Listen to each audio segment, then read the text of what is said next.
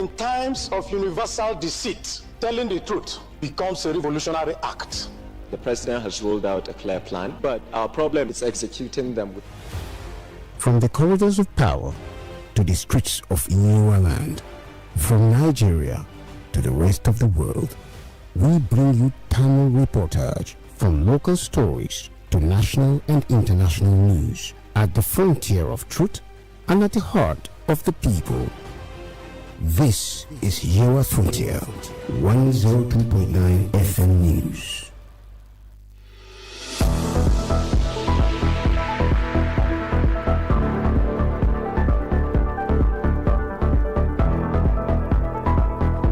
A lovely evening to you. This is the news at 5 on your Frontier 102.9 FM. I am OLUWAFUNMILAYO. ALEX-ONI. Here are the top stories. Federal government issues final call for Nigerians in South Africa to join evacuation flight. Ogun lawyers begin 3-day court boycott over 100,000 fee. Others. Kwara auto crash claims 15 lives. The news shortly.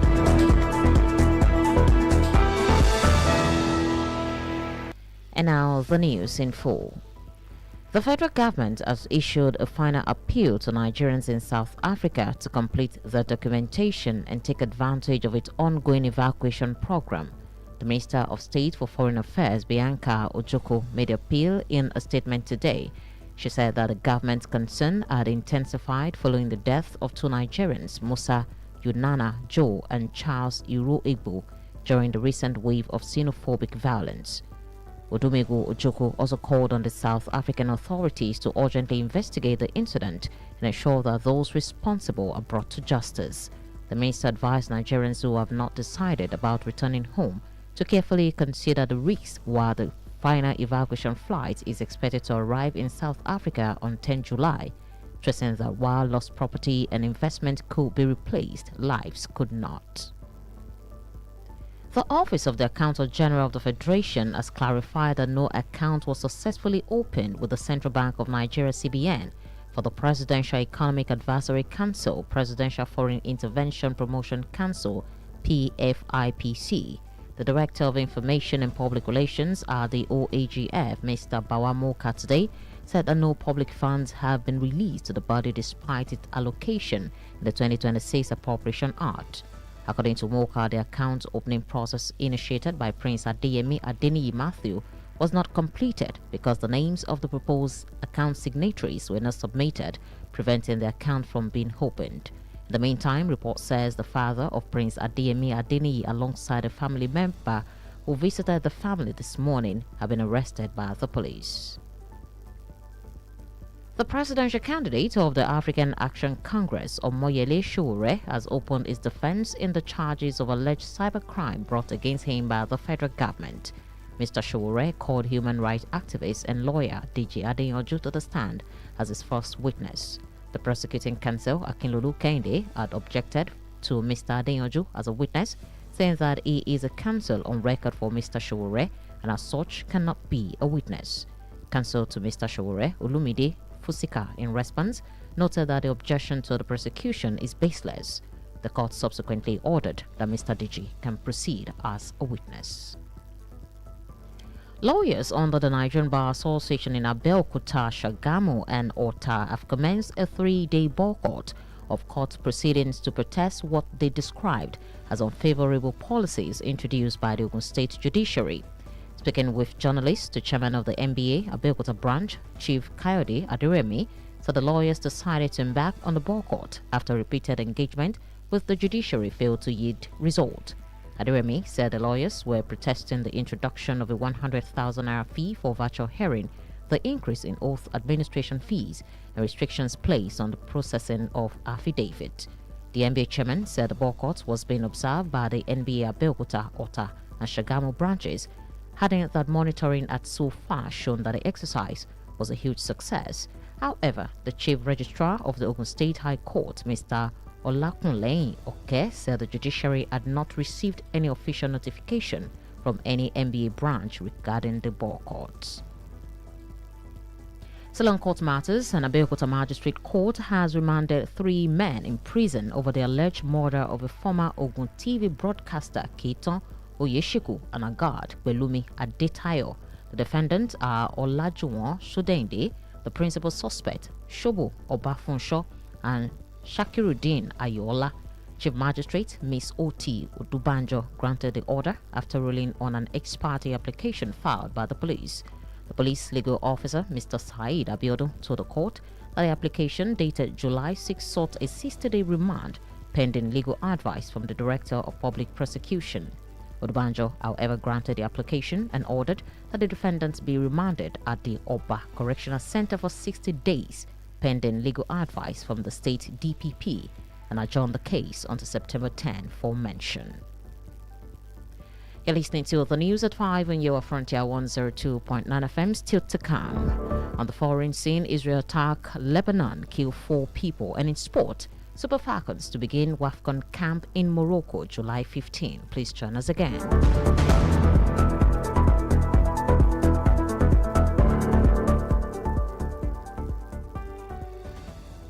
Because information is key. That's why I can't afford to miss it.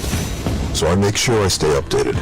Sometimes I'm on social media blogs for trends and hashtags, but when I need that authentic info, in seconds, I switch. I tune into Radio Garden 102.9 FM, the Yule voice, and when my data runs out, well, that's when I switch to my little Polito radio. On 102.9 FM. No matter how small radio is, it's always big in info. There's this idea that justice is self-defense. We have to On go your back. number 1 radio station, 102.9 FM, the Yule voice.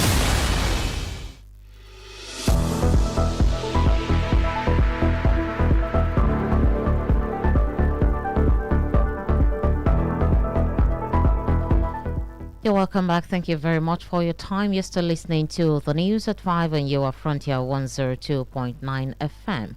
To stay connected with us beyond the airwaves, kindly follow us on Facebook, your Frontier 102.9 FM. On Instagram, YouTube, TikTok, and X at your Frontier FM. You can also listen to us from anywhere in the world via Radio Garden. To report any newsworthy incident in your area, send a message or call 0809 081 1040. And now the rest of the news. No fewer than 15 persons died in an auto crash at the Muslim cemetery area on the Ogbomoso-Oko-Olowo corridor of the Ilorin-Jeba Expressway, Kwara. The Kwara Sector Commander of the Federal Road Safety Corps, Mr. Kabir Kazim, who confirmed the incident in a statement made available to newsmen in Ilorin today, said that a fatal crash, which occurred at about 2:32 a.m., involved a lone DAF XF truck with registration number GWL 274X6. The sector commander said that 48 male occupants were involved in the crash, while 15 persons confirmed dead, 17 sustained varying degrees of injuries, while 16 people escaped unhurt. He attributed the crash to driver fatigue, adding that the victims sustained fractures, dislocation, and bruises. Troops of Operation Adinkai have arrested 12 suspected collaborators and logistics suppliers linked to Boko Haram and Islamic State West African Province during an intelligence-led operation in Damasak, Borno State. In a military operational report released in Abuja today, the army said the operation followed actionable intelligence obtained from the interrogation of an earlier suspect arrested at the Kudari cattle market in Damasak. Items recovered during the operation included 4 mobile phones, comprising 3 techno devices, 1 itel phone, 1 Infinix smartphone, and 7,360 naira cash. The army said the suspects are undergoing preliminary processing before transfer to the Joint Intelligence Fusion Center in Maiduguri for further investigation and profiling. And now we've been joined by Temitope Babaride for the sport and foreign news. Please stay with us.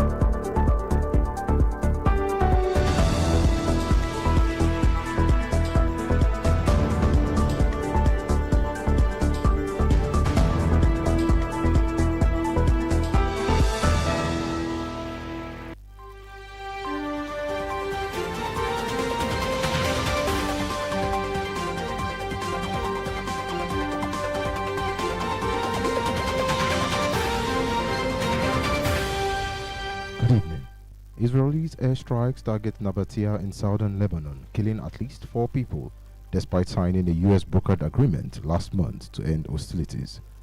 Israel's army also launches drone attacks on Gaza, killing at least 6 Palestinians, as Hamas announces the dissolution of its governing body, citing the war of extermination.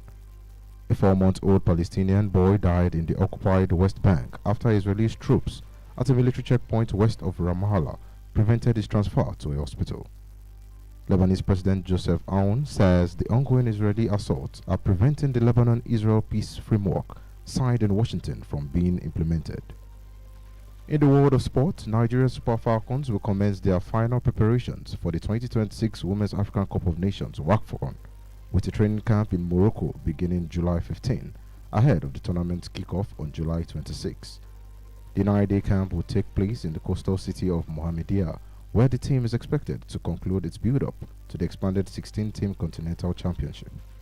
Following the training program in Mohammedia, the Super Falcons are expected to move to Rabat, their group stage base, where they will remain throughout the opening phase of the competition.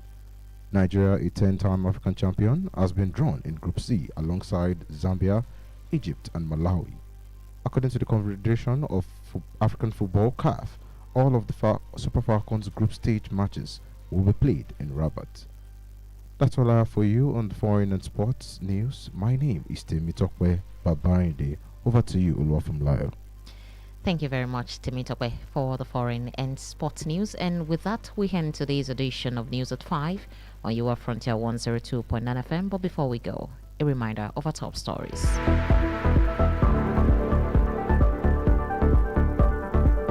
We informed you that the federal government has issued a final appeal to Nigerians in South Africa to complete the documentation and take advantage of its ongoing evacuation program. The final evacuation flight is expected to arrive in South Africa on 10 July. Lawyers under the Nigerian Bar Association in Abeokuta, Shagamu and Ota have commenced a 3-day boycott of court proceedings to protest what they described as unfavorable policies introduced by the Ogun State judiciary. And no fewer than 15 persons died in an auto crash at the Muslim cemetery area on the Obumosho-Okolowo corridor of the Ilorin-Jeba Expressway, Kwara. And that's the news at 5 on your Frontier 102.9 FM. On behalf of the production team, my name is OLUWAFUNMILAYO. ALEX-ONI, thank you so much for listening. Good evening.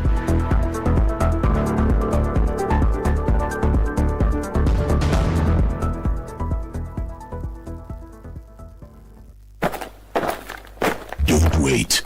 Don't stop. Keep moving. We're with you all the way. This is 102.9 OLUWAFUNMILAYO FM. Ilaro, your voice. A kì í wí fún onígẹ̀gẹ̀ kó gbẹ́tọ̀ fún ẹ̀mí. Bó bá jẹ́ torin, bó jẹ́ tìlù, àṣà, ọ̀rọ̀ òṣèlú láì fi gbákanbọ̀kan nú. Àwa la ní Yewa Frontier FM 102.9 ó ti gbéra tán. Ẹ̀sìn funfun ti gbapò kínní ná. Ìlarò nípínlẹ̀ Ògùn la fi kalẹ̀ sí. Ẹ máa gbọ́ lọ.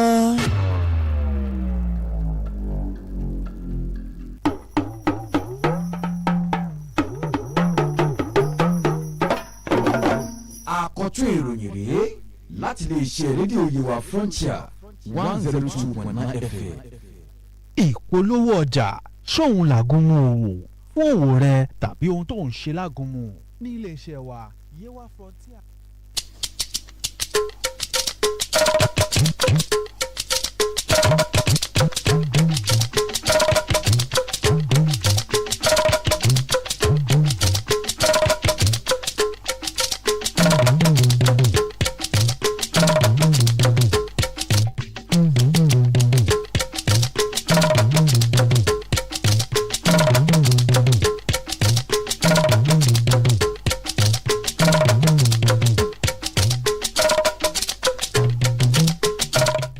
Akíwákò ìrọ̀lẹ́ àsìkò iṣẹ́ àtàárọ̀ àkójọpọ̀ ìròyìn ló ń dé sétí gbọ́ yín láti iléeṣẹ́ rédíò Yewa Frontier 102.9 FM.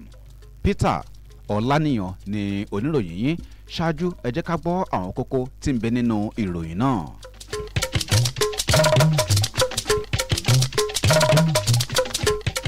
Ìjọba àpapọ̀ ti pè fún àwọn ọmọ ilẹ̀ Nàìjíríà tí ń bẹ ní orílẹ̀-èdè South Africa láti darapọ̀ mọ́ ọkọ̀ bàálù tí yóò máa kó wọn wálé. Àwọn agbẹjọ́rò ní ìpínlẹ̀ Ògùn ti bẹ̀rẹ̀ ìgbésẹ̀ àìfojúhàn nílé ẹjọ́ ọlọ́jọ́ mẹ́ta látàrí owó 100 ẹgbẹ̀rún sísan àti àwọn nǹkan míì. Ìjàmbá ọkọ̀ ṣekú pa àwọn ènìyàn 15 ní ìpínlẹ̀ Kwara. Wàyí o, ìròyìn ọ̀hún rèé lẹ́kùnrẹ́rẹ́. Ìjọba àpapọ̀ ti rawọ́ ẹ̀bẹ̀ fún ìgbà kẹ́yìn sí àwọn ọmọ orílẹ̀-èdè Nàìjíríà tí ń bẹ ní ilẹ̀ South Africa láti parí títò páálí wọn kí wọ́n sì ṣe àmúlò àǹfààní kíkó wálé tí ń lọ èyí tí ìjọba ti gbé kalẹ̀. Mínísítà fún ètò àti ọ̀rọ̀ ilẹ̀ òkèrè Bianca Odumegu Ojukwu ló rawọ́ ẹ̀bẹ̀ yìí lónìí nínú ọ̀rọ̀ kan tó sì ṣàlàyé wípé ó bà ìjọba nínú jẹ́ gidi gan ni ohun tó ṣẹlẹ̀ náà léyìí tó jẹ́ pé ó ṣekú pa àwọn ọmọ orílẹ̀-èdè Nàìjíríà méjì tí orúkọ wọn jẹ́ Musa Yunana Joe àti Charles Iroegbu nínú ìṣẹ̀lẹ̀ àkọlù tí àwọn ọmọ orílẹ̀-èdè South Africa ń ṣe sí àwọn ọmọ ilẹ̀ òkèrè ní orílẹ̀-èdè wọn. Odumegu Ojukwu tún pè fún ìṣèjọba ilẹ̀ South Africa wípé kí wọ́n ṣe iṣẹ́ ìwádìí ògidì kí wọ́n sì fi ọwọ́ ṣìkún fi mú àwọn tí ń hu ìwà ibi náà.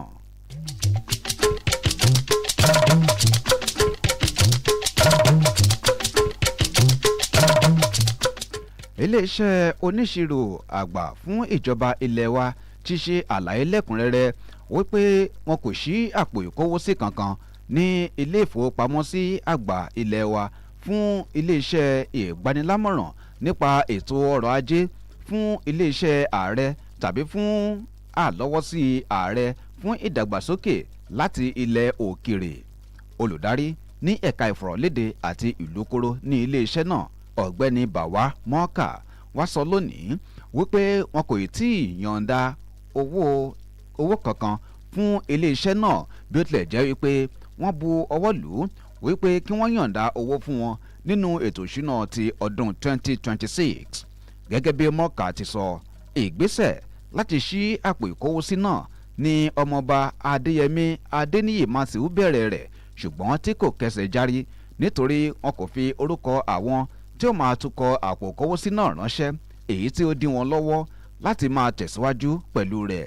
Ẹ̀wẹ̀ kí ó tó di àkókò yìí ìròyìn fi léde wípé bàbá ọmọọba Adéyẹmí Adéníyì àti ọ̀rẹ́ mọ̀lẹ́bí wọn kan tí wọ́n lọ bẹ̀ mọ̀lẹ́bí náà wò ní àárọ̀ òní ni àwọn ọlọ́pàá fi kélé ọba gbé.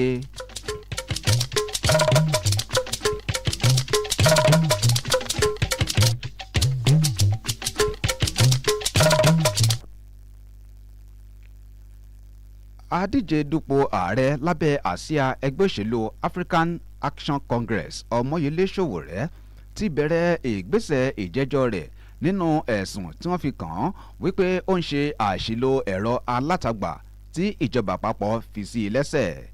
Ọ̀gbẹ́ni Sowore tí ó jẹ́ ajàfẹ́tọ̀ọ́ ní ó kéde ajàfẹ́tọ̀ọ́ ọmọnìyàn àti agbẹjọ́rò Dèjì Adéyanjú gẹ́gẹ́ bí ẹni tí yóò máa jẹ́ ẹlẹ́rìí rẹ̀. Ẹ̀wẹ̀ ẹni tí ó jẹ́ olùfẹ̀sùnkàn fún ìjọba Akínlolú Kẹ́hìndé wá tako ọ̀gbẹ́ni Adéyanjú gẹ́gẹ́ bí ẹni tí ó máa jẹ́ ẹlẹ́rìí Sowore látàrí wípé ó ti ní àwọn àkọọ́lẹ̀ kan pẹ̀lú ọ̀gbẹ́ni Sowore èyí tí kò ní fún un láǹfààní láti máa dúró gẹ́gẹ́ bí ẹlẹ́rìí rẹ̀.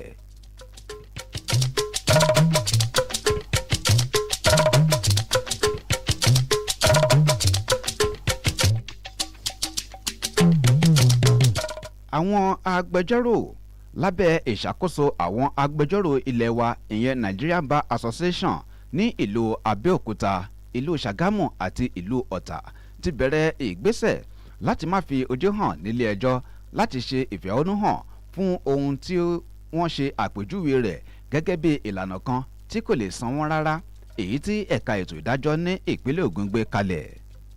Nígbà tí ó ń bá àwọn oníròyìn sọ̀rọ̀, alága àwọn agbẹjọ́rò náà ní ìlú Abẹ́òkúta olóyè Káyọ̀dé Adérẹ̀mí sọ wípé àwọn agbẹjọ́rò náà bẹ̀rẹ̀ ìgbésẹ̀ náà látàrí ọ̀pọ̀lọpọ̀ ìjákulẹ̀ èyí tí ń wá láti ọwọ́ ẹ̀ka ètò ìdájọ́ ní ìpínlẹ̀ Ògùn. Ó tún ṣàlàyé wípé ìgbésẹ̀ ìfẹ̀hónúhàn èyí náà ni gbogbo àwọn agbẹjọ́rò ní àwọn ẹ̀ka tí wọ́n ti kéde yóò máa tẹ̀lé.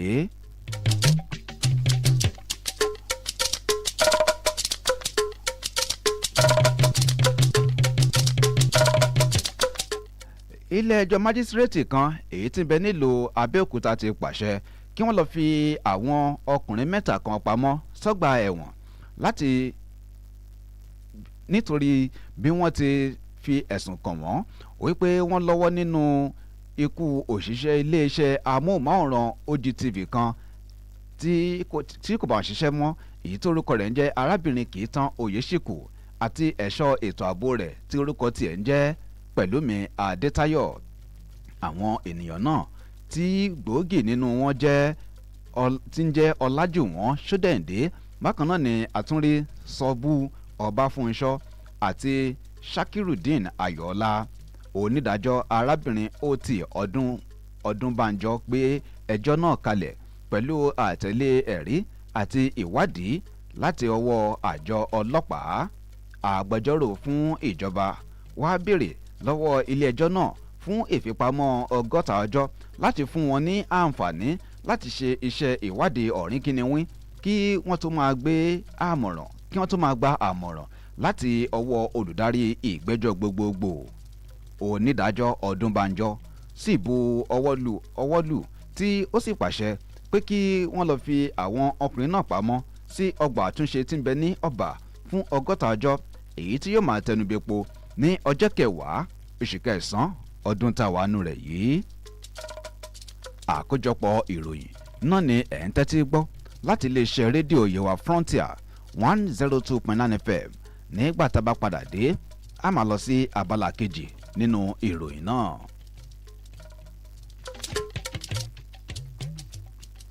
Ìpolówó ọjà ṣóun làgúnmu òwò fún òwò rẹ tàbí ohun tó ń ṣe lágúnmu ní iléeṣẹ́ wa Yewa Frontier 102.9 FM.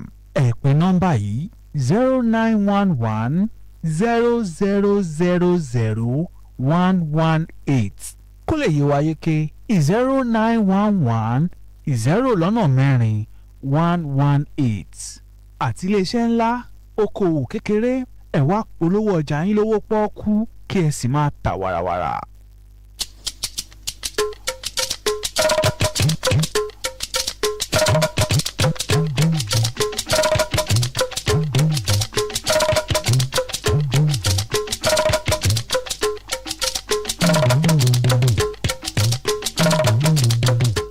Ẹ káàbọ̀ padà. Àkójọpọ̀ ìròyìn náà ni ẹ ṣì ń tẹ́tí gbọ́ láti iléeṣẹ́ rédíò Yewa Frontier 102.9 FM.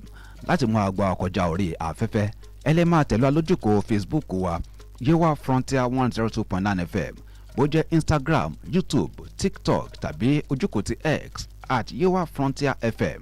Ẹ sì lè gbọ́ ajákèjádò àgbáyé pẹ̀lú ṣíṣe àmúlò Radio Garden láti ṣe ìtanilólobó ìròyìn lágbègbè yín. Ẹ pè tàbí kí ẹ tẹ àtẹ̀jíṣẹ́ sórí ẹ̀rọ ìbánisọ̀rọ̀ 0809 081 1040. Ní báyìí ká máa lọ sínú ìyókù ìròyìn náà. Kò dín ní àwọn ènìyàn 15 tí wọ́n ti pàdánù ẹ̀mí wọn nínú ìjàmbá ọkọ̀ kan tó wáyé ní agbègbè Ìtẹ́ àwọn Mùsùlùmí ní ìtòsí ọ̀nà Ògbómọ̀ṣọ́ sí Oko Olówó ní òpópónà márosẹ̀ Ìlọrin sí Jẹ́bà èyí tí ń bẹ ní ìpínlẹ̀ Kwara. Adarí agbègbè fún ẹ̀ṣọ́ ètò ààbò ojú pópó ọ̀gbẹ́ni Kabir Kazeem ni ó fi ìdí ìṣẹ̀lẹ̀ náà múlẹ̀ lónìí. Ó sì ṣàlàyé wípé ìjàmbá náà wáyé ní aago 3:28 ní kùtùkùtù òní, tí ó sì sọ wípé ọkọ̀ tí ó dá ní ìjàmbá náà ni ọkọ̀ àjàgbé DAF XF pẹ̀lú òǹkà ìdánimọ̀ 6WL274XC. Adarí agbègbè náà tún sọ nínú ọ̀rọ̀ rẹ̀ wípé àwọn géńdé ọkùnrin 52 níbẹ̀ nínú ọkọ̀ náà tí àwọn 15 pàdánù ẹ̀mí wọn tí àwọn 17 farapa yánnayànna tí àwọn 16 sì múrí bọ́ láì farapa rárá. ó wá so ìjàmbá náà rọ̀ mọ́ bí ó ti rẹ awakọ̀ náà títí ń sùn. Ó sì ṣàlàyé wípé àwọn olùfarapa náà fi apá àti ẹsẹ̀ rọ́, níbẹ̀ ni àwọn míì ti ṣẹ́ lápá tàbí lẹ́sẹ̀, àwọn míì sì fi ara bó.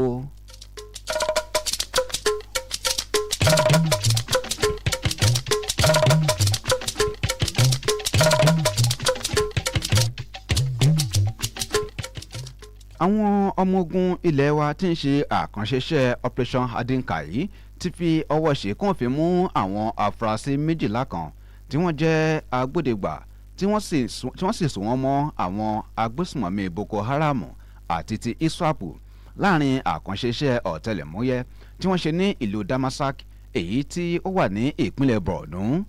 Nínú àkọsílẹ̀ àkànṣeṣẹ́ tí wọ́n fi léde lónìí ní ìlú Àbújá, iléeṣẹ́ ológun sọ wípé àkànṣe iṣẹ́ ọ̀hún ló tẹ̀lé ìtanilólobó àti ìfọ̀rọ̀wánilẹ́nuwò tí wọ́n ṣe fún àwọn afurasí kan tí wọ́n ti mú ní ọjà tí wọ́n ti ń ta màálù ní ìlú Damasak. Àwọn ohun tí wọ́n rí kó nínú àkànṣe iṣẹ́ náà ni wọ́n ti rí ẹ̀rọ ìléwọ́ 4 ọ̀tọ̀ọ̀tọ̀, léyìí tí wọ́n ti rí ẹ̀rọ ìléwọ́ Tecno 3, ẹ̀rọ ti Itel kan, Infinix kan àti owó tí iye rẹ̀ jẹ́ 7,000 àti 300 owó náírà. Wọ́n tún ṣàlàyé wípé àwọn afurasí náà ní iṣẹ́ ìwádìí ti bẹ̀rẹ̀ lórí wọn lónìí lóníràbàjì gan.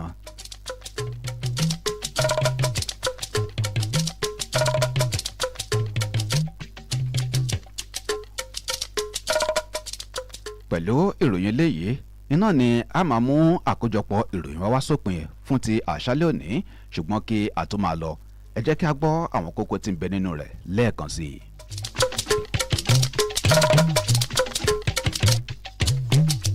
àti fi tó wa létí wípé ìjọba àpapọ̀ ti pè fún àwọn ọmọ orílẹ̀-èdè Nàìjíríà tí ń bẹ ní ìlú South Africa láti darapọ̀ mọ́ ọkọ̀ bàálù tí yóò máa kó wọn wálé láìpẹ́. àtúntì kà sétí gbọ̀ wá wípé àwọn agbẹjọ́rò ní ìpínlẹ̀ Ògùn ti bẹ̀rẹ̀ ìgbésẹ̀ àìfojúhàn nílé ẹjọ́ fún ọjọ́ 7 gbáko látàrí owó 100,000 sísan èyí àti àwọn nǹkan míì. àtúntì fi tó wa létí wípé ìjàmbá ọkọ̀ kan ló ti ṣekú pa àwọn ènìyàn tí ó tó 15 ní ìpínlẹ̀ Kwara. láti máa gbọ́ akọjá orí afẹ́fẹ́ ẹ lè máa tẹ̀lé wa lójúkò ti Facebook Yewa Frontier 102.9 FM, bó jẹ́ Instagram, YouTube, TikTok tàbí X @Yewa Frontier FM. ẹ sì lè máa gbọ́ ajákèjádò àgbáyé pẹ̀lú ṣíṣe àmúlò ẹ̀rọ rédíò Garden láti ṣe ìtanilóbó ìròyìn ní agbègbè yín. ẹ pè tàbí kẹtẹ àtẹ̀jíṣẹ́ sórí ẹ̀rọ ìbánisọ̀rọ̀ 0809 081 1040. Olúwafúnmiláyọ̀ ALEX-ONI ni ó ṣe àkójọpọ̀ àti àgbéyẹ̀wò ìròyìn yìí. èmi Peter Ọláníyàn ni mo kà á sétí gbọ́ yín láti iléeṣẹ́ rédíò Yewa Frontier 102.9 FM. ẹ ṣeun bẹ́ẹ̀ tí ń gbọ́ wa o.